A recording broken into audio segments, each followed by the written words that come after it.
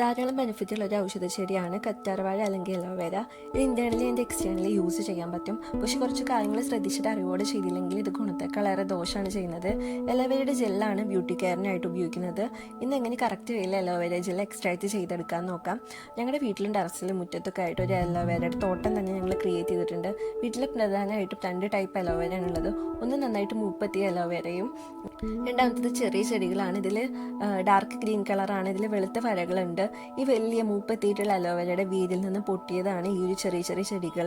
അത് ഞങ്ങൾ ഓവറായിട്ട് വെയിലോടണ്ടെന്ന് വെച്ചിട്ട് താഴെയാണ് വെച്ചിട്ടുള്ളത്. ഒരു ചെറിയ ഫേസ് പാക്കും മറ്റോ എന്തെങ്കിലും ഉണ്ടാക്കാൻ വേണ്ടിയിട്ട് പെട്ടെന്ന് മിക്സ് ചെയ്തെടുക്കാൻ പറ്റുക ഈ ചെറിയ ചെറിയ അലോവേര എന്നാണ്. അതിന് ജെല്ല് ഒരു സ്പൂൺ വെച്ചിട്ട് കൂടിയിട്ട് പെട്ടെന്ന് എടുക്കാൻ പറ്റും. എന്നാൽ മൂപ്പെത്തിയ അലോവേര അതുപോലെ പെട്ടെന്ന് എടുക്കാൻ കിട്ടില്ല.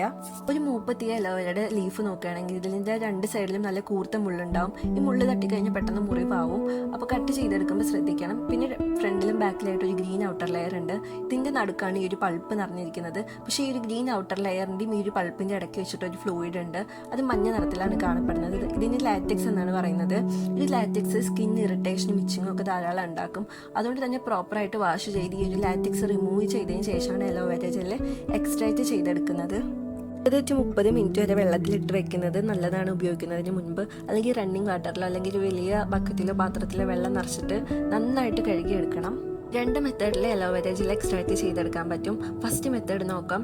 2 സൈഡും അതായത് ഈ മുള്ളുകൾ കട്ട് ചെയ്ത് മാറ്റുക. പിന്നെ ഫ്രണ്ടിലും ബാക്കിലുള്ള ഗ്രീൻ ഔട്ടർ ലെയറും. എന്നിട്ട് ഈ ഒരു ജെല്ല് മാത്രം കിട്ടും. മൂപ്പത്തിയ അലോവേര മാത്രമാണ് ഇങ്ങനെ മുറിച്ചെടുക്കാൻ പറ്റുക. ഈ ഒരു ജെല്ല് കട്ട് ചെയ്തിട്ട് മിക്സിയിലിട്ട് നന്നായിട്ട് ബ്ലെൻഡ് ചെയ്തെടുക്കാം. ഇതൊരു ജ്യൂസി കൺസിസ്റ്റൻസിയാണ് കിട്ടുക. ഇത് ഹെയർ പാക്കിനും ഫേസ് പാക്കിനും ഒക്കെ ഉപയോഗിക്കാം. പക്ഷേ ഹെയറിൽ അപ്ലൈ ചെയ്യാൻ ഞാൻ സജസ്റ്റ് ചെയ്യില്ല. കാരണം നീരിറക്കം അല്ലെങ്കിൽ ജലദോഷമൊക്കെ പെട്ടെന്ന് വരുന്നവർക്ക് ഇത് ബുദ്ധിമുട്ടായിരിക്കും. അപ്പോൾ അതുകൊണ്ട് തന്നെ ജെല്ലി കൺസിസ്റ്റൻസി എടുക്കാം. അതിന് സെക്കൻഡ് മെത്തേഡാണ് കുറച്ചുകൂടി ബെറ്റർ. 2 സൈഡും കട്ട് ചെയ്തതിന് ശേഷം ഫ്രണ്ടിലുള്ള ഗ്രീൻ ഔട്ടർ ലെയർ മാറ്റി ദെൻ ഒരു തുമ്പോ അല്ലെങ്കിൽ സ്പൂണോ കത്തിയോ എടുത്തിട്ട് ഇങ്ങനെ ചീകി എടുക്കാം. ഇത് നമുക്ക് പ്രോപ്പറായിട്ട് ജെല്ലി കൺസിസ്റ്റൻസി കിട്ടും. പക്ഷെ കുഞ്ഞു കുഞ്ഞു കഷ്ണങ്ങൾ അതിൽ പെടും. അതുകൊണ്ട് തന്നെ ഇതൊരു ക്ലോത്തിൽ വെച്ചിട്ട് അരിച്ചെടുത്തിട്ട് ഉപയോഗിക്കുകയാണ് ഏറ്റവും ബെറ്റർ.